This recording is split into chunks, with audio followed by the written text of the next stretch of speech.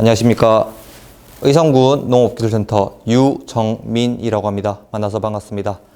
오늘은 내 토양과 퇴비가 어떤 상태인지 확인하고 싶을 때 의성군 농업기술센터를 어떻게 활용할 수 있는지 알아보는 시간 가져보도록 하겠습니다. 옛말에 지피지기면 백전백승이라는 말이 있습니다. 적을 알고 나를 알면 100번 싸워도 100번 이긴다는 뜻입니다. 내 토양 상태가 어떤지 알고 나서 농사를 짓는 것이 아주 중요합니다. 왜 토양 검정을 해야 하는가? 토양 검정을 하는 이유에 대해서는 한 일화로 설명해 드리겠습니다. 옆집 김 씨는 질소 비료를 뿌리고 올해 고추 농사가 잘 되었다고 합니다. 그걸 들은 유 씨는 유 씨의 고추밭에 질소를 뿌렸습니다. 고추 농사가 잘 될까요? 답은 알 수 없습니다. 잘 될 수도 있고 안 될 수도 있습니다. 만약 유 씨의 땅에는 적당한 질소가 있는데 거기에 김 씨의 말만 듣고 질소를 더 투입하게 된다면 작물은 질소 과잉 장애를 일으킬 수 있습니다. 이처럼 멋진 농부라면 적어도 내 토양 상태가 어떤지는 확인하고 농사를 시작하시는 게 좋습니다. 이러한 토양 분석은 농업기술센터 종합분석실에서 실시하고 있습니다. 토양 분석은 내 논, 내 밭, 그리고 내 흙 속에 어떤 요소들이 얼마나 어떻게 분포하고 있는지 정밀하게 분석해주는 서비스입니다. 이 모든 것을 확인하는 것이 바로 농업기술센터의 토양검정 서비스입니다. 토양검정은 각 단계의 분석 과정도 중요하지만 가장 중요한 것은 정확한 시료 채취입니다. 분석 결과의 오차 발생 중 15% 정도는 분석 과정에서 일어나지만 나머지 85% 정도는 시료 채취가 잘못되었을 경우 생기는 오차이기 때문입니다. 그러면 토양 검정을 위해서 우리가 언제, 어디서, 무엇을 어떻게 해야 하는지 하나하나 알아보도록 하겠습니다. 우선 평지인 필지는 어디를 어떻게 채취해야 하는지 알아보도록 하겠습니다. 평지 같은 경우에는 지금 보이는 그림처럼 10군데에서 총 2kg 정도 채취하신 후에 채취하신 토양을 골고루 섞어 총 500g을 채취해 주시면 됩니다. 필지가 보이시는 화면처럼 정사각형에 가까우면 빨간색으로 표시된 지점에서 채취해 주시는 게 가장 이상적입니다.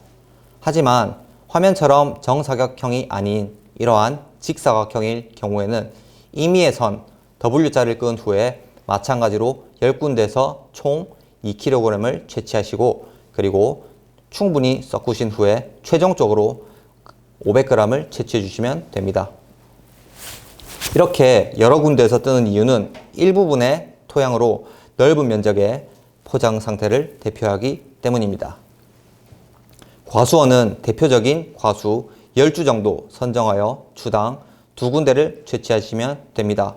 그 2군데를 선정하는 것을 설명드리겠습니다. 나무는 뿌리의 끝부분, 즉 새뿌리 쪽에서 양분 흡수가 많이 일어나기 때문에 새뿌리 주변의 토양을 분석하셔야 합니다. 새뿌리의 위치를 예측하기 가장 좋은 방법이 화면 오른쪽 또는 왼쪽 끝에 보이시는 것처럼 가지 끝에서 수직으로 쭉 내려가셔서 그 부분을 채취해 주시면 됩니다. 그렇게 총 나무 10주에서 2kg 정도를 채취하셔서 골고루 섞은 후에 앞서 마찬가지로 최종적으로는 500g을 채취하시면 됩니다. 채취하는 위치에 대해서는 설명이 끝났습니다. 그럼 지금부터는 얼마나 어떻게 채취해야 하는지 설명을 드리겠습니다. 어떻게 채취를 해야 하나? 아래에 만화에 보시면 잘 나와 있는데요. 우선 이물질 제거를 위해 토양의 표층을 1, 2cm 정도 걷어내어 주십시오. 그리고 그림 제일 오른쪽에 나와 있는 것처럼 삽으로 우선 V자를 파주시고요. 그리고 그 파신 부분의 옆면, 즉 경사진 빗면을 채취해 주시면 됩니다. 한마디로 그림에 보시는 빨간색 부분을 채취해 주시면 됩니다. 논 같은 경우에는 표면에서 10cm 내지 15cm, 과수 같은 경우에는 표면에서 30cm 정도가 가장 이상적인 깊이입니다. 다음은 언제 채취하는 게 가장 좋은지에 대한 내용입니다. 아래에 표를 보시면 12전 수확 후가 가장 좋다고 되어 있습니다. 이 그래프의 요점은 비료가 투입되기 전에 분석을 실시해야 한다는 것입니다. 병원에 건강검진이 가기 전에 공복 상태로 가야 하는 이유와 일맥상통합니다. 이렇게 분석을 의뢰하시면 다음과 같이 12처방서를 발급받으실 수 있습니다. 이 12처방서는 친환경 인증, GAP 인증에도 이러한 과정을 통한 12처방서가 필요하니 참고하시기 바라겠습니다. 이 모든 비용은 무료 제공된다는 점 기억해 주십시오. 그럼 이번에는 부숙도 검사에 대해서 설명드리겠습니다. 2020년 3월 25일 퇴액비 부숙도 검사 의무화가 시행되었습니다. 부숙은 사전적으로 썩어서 익는다는 뜻입니다. 한마디로 부숙도 검사 의무화는 발효가 잘 되었나 안 되었나를 국가적 차원에서 관리하겠다는 뜻입니다. 부숙이 잘 된 퇴비를 권장하는 이유는 환경오염을 방지하여 지속가능한 농업 기반을 구축하기 위해서입니다. 또한 요즘 많이 문제되고 있는 악취 문제를 개선해도 많은 도움을 주고 있습니다. 그러면 국가적 차원에서 개입하다 보니 이러한 규칙을 어기게 되면 어떻게 되는지 한번 보겠습니다. 검사 결과를 미보관할 경우 최대 300만원, 부숙도 기준을 위반하게 되면 최대 200만원까지의 벌금이 부과됩니다.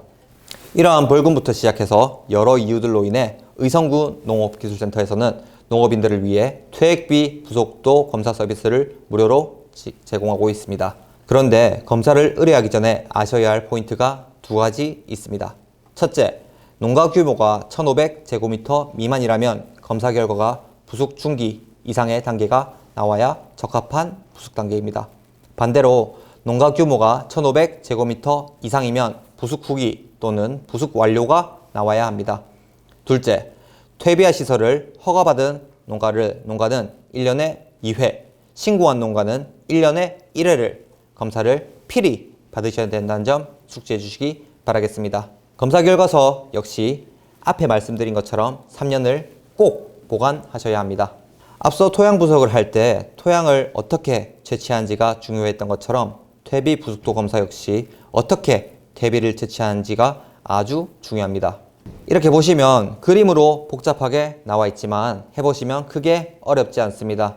우선 퇴비장에 있는 퇴비를 트랙터나 삽으로 전체적으로 한번 섞어 주셔야 합니다. 그리고 채취를 위해서 바닥에 깔판을 하나 까시고 5군데에서 시료를 총 2kg 정도 채취하시면 됩니다. 그리고 시료를 원초용으로 쌓는 작업을 3회 반복 후 삽으로 눌러서 평평하게 만들어 주세요.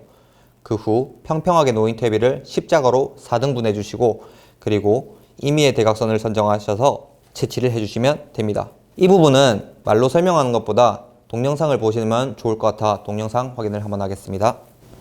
네, 제가 직접 찍은 동영상입니다. 우선 이렇게 깔판을 한번 깔아주시고요. 그 후에는 퇴비를 4-5군데 골고루 퍼주시면 됩니다.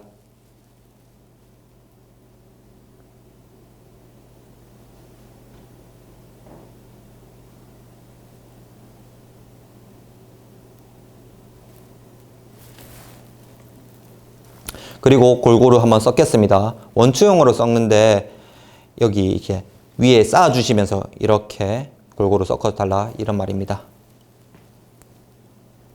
그렇게 3-4번 반복하시고 평평하게 한번 눌러주겠습니다.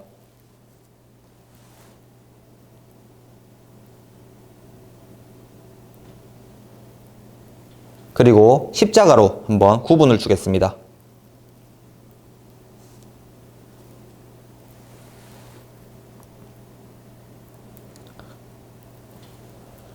그리고 마지막으로 대각선에 있는 방향으로 퇴비를 채취해 주시면 됩니다.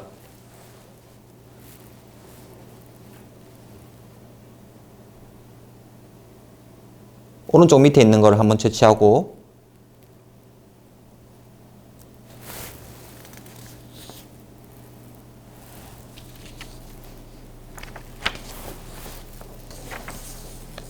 그리고 왼쪽 위에 있는 것을 채취하겠습니다. 이렇게 하시면 시료 채취가 끝이 납니다. 다음은 시료 채취를 하실 때 주의할 점 몇 가지만 말씀드리겠습니다. 첫째, 24시간 안에 제출해 주시기 바라겠습니다. 최대한의 성분 변화를 막을 수 있습니다.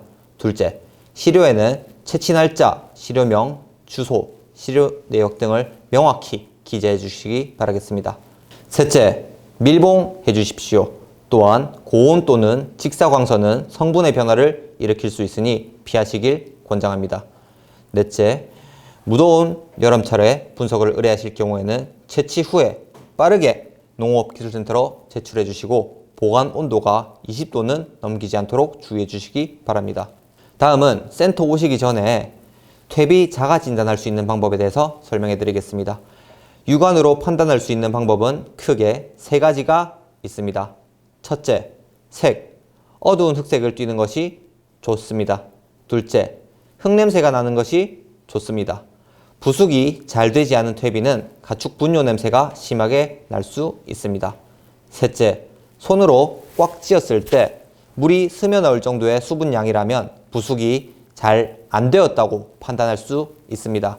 꽉 거머 쥐었을 때 물기가 거의 나오지 않는 것이 좋습니다. 하지만 이 세 가지를 모두 만족한다고 해서 검사를 안 받으면 안 된다는 점 꼭 기억해 주시기 바라겠습니다. 이상으로 강의를 모두 마치도록 하겠습니다. 감사합니다.